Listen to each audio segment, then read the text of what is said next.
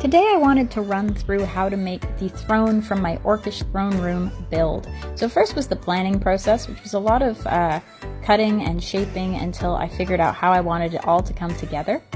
And then of course cutting out all those pieces and forming them, holding them, making sure that everything actually fits, marking down where it doesn't, shaving off pieces that are too big, too small, making it all fit nicely.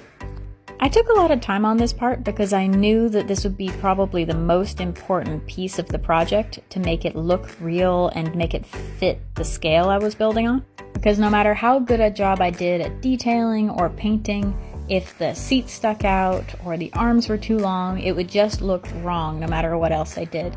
So I got the inspiration for this build from Danielle Calvi on Unreal Engine. They did a rendering of an orcish throne room I really liked, and on that rendering there was a bit of a gray border around the throne. So I used a sculpting tool to kind of press in a bit of a rim all around the key pieces, the outside of the arms, the front of the seat, and of course the back, to kind of hopefully give it a bit of that effect.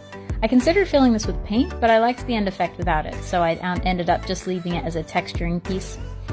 Speaking of texturing, to get the wooden effect, I use a fine-tooth comb and brush it one way along as a wood grain. I know a lot of people use a wire brush for this, and that works great, more power to ya. I prefer a comb because it's what I have on hand and it's nice and easy.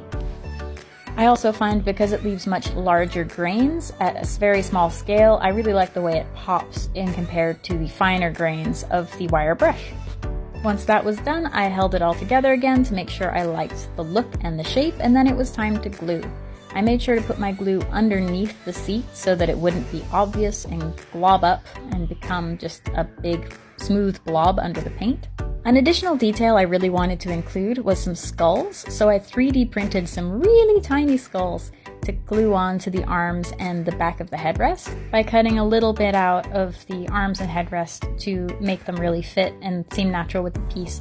Then it was time to toughen up the whole piece and add kind of a dark undercoat with the black Mod Podge layer, paint on a dark brown base coat and white on the skulls, and then dry brush on a lighter brown and of course a bit of white. The skulls took quite a few layers of white to make them pop nicely. I think I went back 3 or 4 times to get the look that I wanted. But all in all, I think it really turned out. If you want to see the build in its entirety, please check out my YouTube channel at PipplePusher or the written out blog at pipplepusher.ca.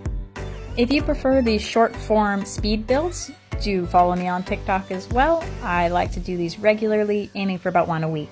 I like the way this particular build turned out, and I think the throne will give a great effect for the final play session. Thank you so much for watching, and as always, happy crafting!